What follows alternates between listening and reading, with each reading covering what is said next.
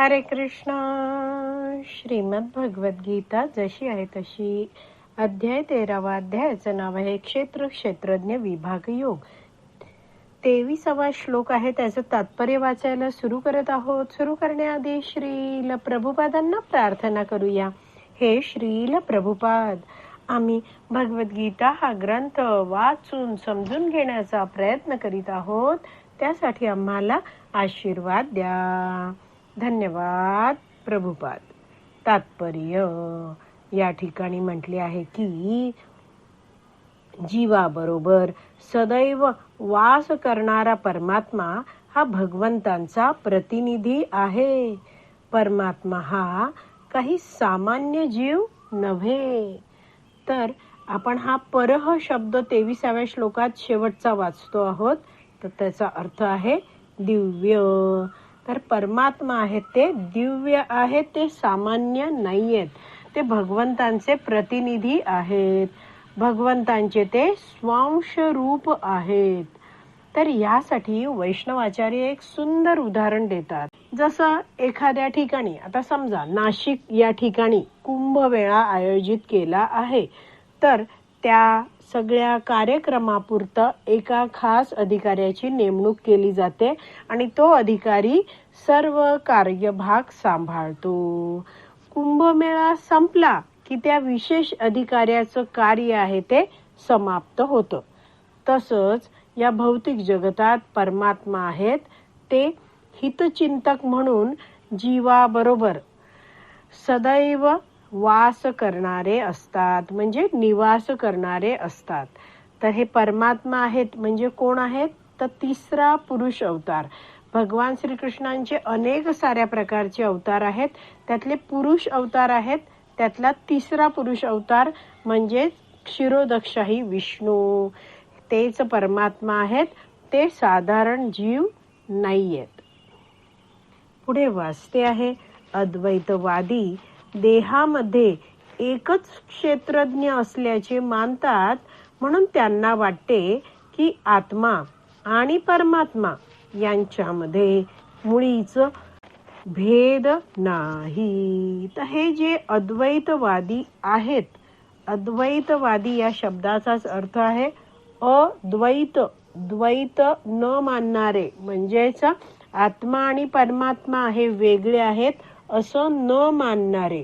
ते म्हणतात आत्मा आणि परमात्मा हे एकच आहेत, असे आहेत अद्वैतवादी. ते काय म्हणतात? या देहामध्ये एकच क्षेत्रज्ञ असतो. तर असे हे अद्वैतवादी आहेत. ते कधीच अधिकृत गुरु शिष्य परंपरेतून वैदिक ज्ञान घेत नाहीयेत. आणि असे हे अद्वैतवादी कधीच या भौतिक जगतातून मुक्त होऊ शकत नाहीत, असं वैष्णवाचार्य समजवतात. का? कारण असे हे अद्वैतवादी कधीच भगवंतांची सेवा करत नाहीत. पुढे वाचते आहे. या संदर्भात स्पष्टीकरण देण्यासाठी भगवंत म्हणतात की प्रत्येक देहामध्ये ते म्हणजे भगवंत परमात्मा रूपाने स्वतःचे प्रतिनिधित्व करतात. तो म्हणजे जो परमात्मा आहे तो आत्म्याहून भिन्न आहे, वेगळा आहे. तो परह अर्थात दिव्य आहे. तर जीवात्मा आहे तो या भौतिक जगतात भौतिक शरीर धारण करतो आणि भगवंत प्रत्येक जीवाने धारण केलेल्या शरीरामध्ये त्या जीवात्म्यासोबत परमात्मा रूपात राहतात. पण कसे आहेत? जीवात्मापेक्षा भगवंत परमात्मा आहेत ते वेगळे आहेत. यासाठी एक उदाहरण बघूया आपण की एक खोली आहे, एक रूम आहे आणि त्यात गुरुजी आहेत. ते विद्यार्थ्यांना शिकवत आहेत. 20 विद्यार्थी आहेत आणि गुरुजी आहेत. तर दोन्हीही विद्यार्थी आणि गुरुजी दोघेही काय आहेत? एकाच खोलीत आहेत. मात्र आपण जाणलं पाहिजे की गुरु वेगळे आहेत आणि विद्यार्थी वेगळे आहेत. तर असंच आहे. जरी जीवाने धारण केलेल्या शरीरातील हृदयात जीवात्मा सोबत भगवंत परमात्मा रूपात राहतायत, तरी जीवात्मा वेगळा आहे आणि परमात्मा वेगळे आहेत. मात्र जिथपर्यंत जीव भक्ती करणं सुरू करत नाही तिथपर्यंत हे जे परमात्मा आहेत ते नेहमीच न्यूट्रल राहतात, ते तटस्थ राहतात. पण जेव्हा एखादा व्यक्ती भगवंतांविषयी श्रवण करतो, भक्तांना भेटून भगवंतांविषयी आणखीन जाणून भक्ती कशी करायची हे जाणायला लागतो, भक्ती करायला लागतो, तेव्हा तर भगवंतांचं हृदयातलं कार्य सुरू होतं. श्रीमद भागवतम 1.2.17 मध्ये म्हटलं आहे, शृण्वतां स्वकथा कृष्ण पुण्य श्रवण कीर्तना हृदय अंतस्थ हि अभद्राणी विधुनोती सुरुत्सताम.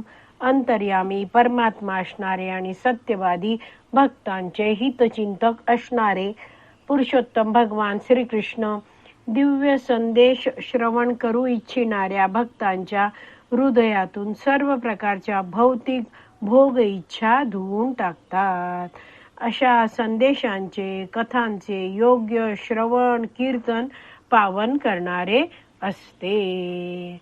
तर हा श्लोक आपण पूर्वी सुद्धा बघितला होता. तर असे हे जे भगवंत आहेत ते ज्याची इच्छा आहे भक्ती करायची त्याला सर्वतोपरी मदत करतात. म्हणून म्हटलं जातं की जशी भक्ती करणं व्यक्ती सुरू करतो तसं भगवंतांचं कार्य सुद्धा सुरू होतं. विविध प्रकारे हा भक्त कशा रीतीने भक्तीत पुढे जाईल यासाठी भगवंत सगळ्या मदती पुरवत असतात.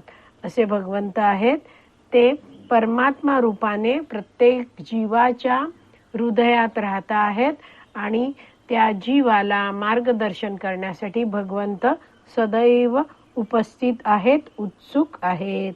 असे परमात्मा आहेत ते परह म्हणजे दिव्य आहेत. आज आपली विराम द्यायची वेळ झाली आहे. आज आपण इथेच विराम देऊया. श्रीमद भगवत गीता की जय.